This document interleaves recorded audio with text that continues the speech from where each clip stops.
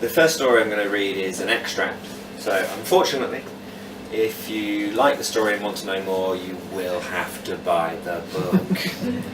But it's called Bring Rope. Bring rope. I texted back a single question mark, but there was no reply. Julia lived in a converted warehouse out Docklands way. The artists weren't supposed to live in their studios, but London rents being London rents and artists being artists, most of them had a chaise longue, a pull-out sofa or some other suitably bohemian arrangement. Julia and we had a on-off thing. So much so that I wondered if I should have put a winky grin after the question mark. But more likely one of her fellow artists needed a chunky piece of salvage lifted or some completed artwork lowered.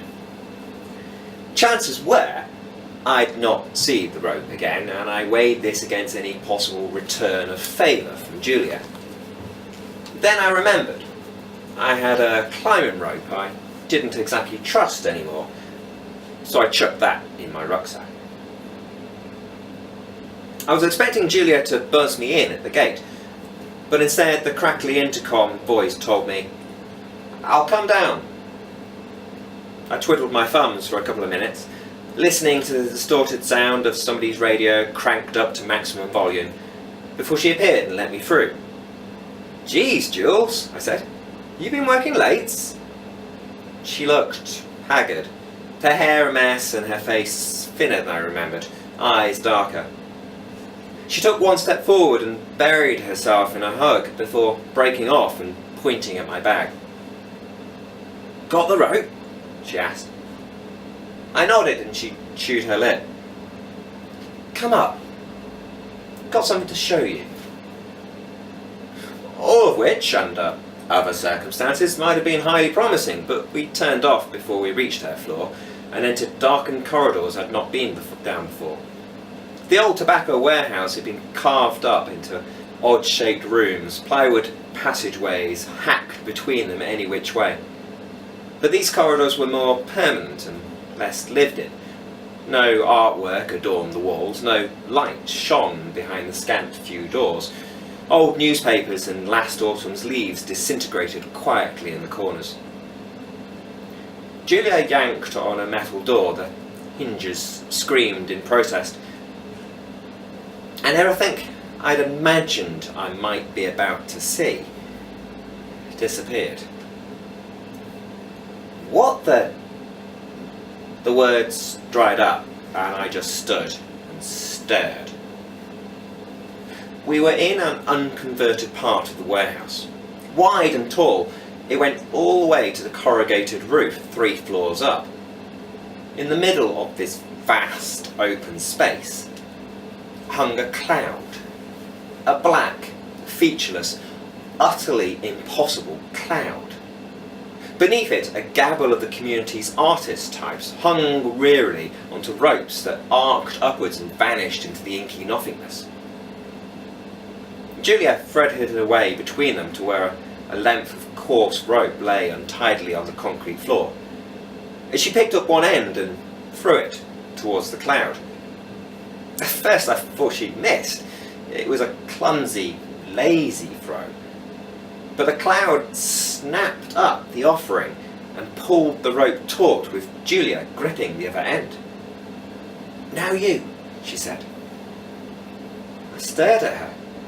Stared at the mind-warping cloud, at the other artists. Stared and slowly shook my head. "Thomas!" she called out, breaking the spell. I dropped my bag and hauled out the climbing rope, untying the simple knot at its heart and pulling a section free. Holding onto it with my left hand, I threw the coiled loops as hard as I could with my right and watched as it was taken up just as eagerly as Julia's was. I tested the rope. The pull wasn't a strong one, enough to lift my arm if I let it, but not enough to make me strain. I looked around once again at the others, and then at Julia, whose eyes were now half closed. There were a dozen people in the room, artists, who could and would chew the fat about anything, any time of the day, and were only normally this silent and still when they were stoned out of their artsy little minds.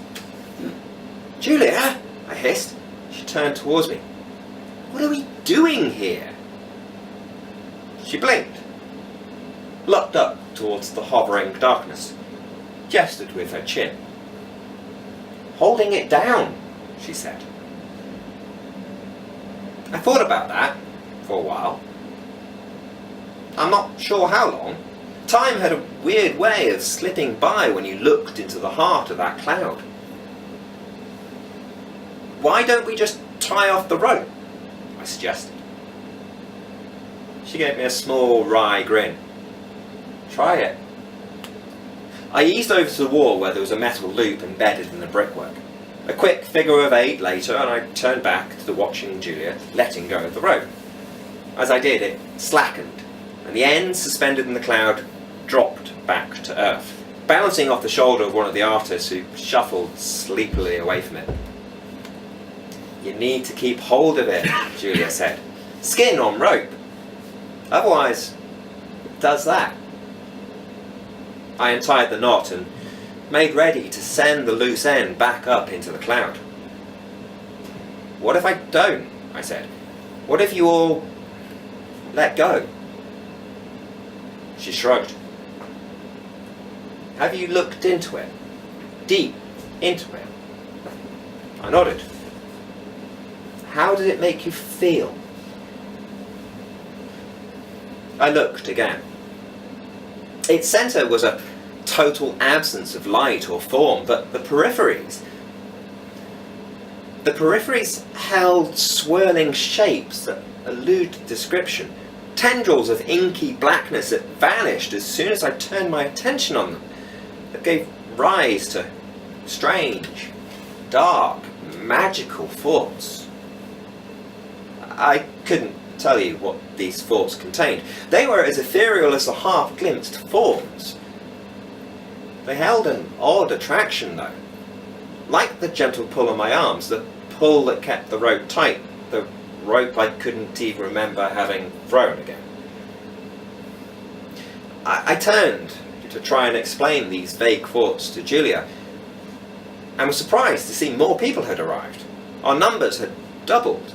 Some were in painters' smocks, others in dressing gowns, one in just his boxers, all linked to the cloud by whatever ropes they had managed to scrounge up. "Julia," I said, and her head reluctantly lifted once again from its slumped position. "Where did this thing come from?" It must have been a full minute before she jerked her shoulders and broke her glazed eyes from mine. "I think Stefan made it." I looked to where she gestured. Most of the artists were in a rough circle, fanning out around the fringes of the cloud, around the edges of the room. But Stefan stood directly beneath it. Though stood wasn't quite right. The toes of his shoes dragged across the concrete. His arms spread wide as he hung from the pair of ropes clenched in his outstretched hands. I blinked. It looked like he was being crucified. Ooh.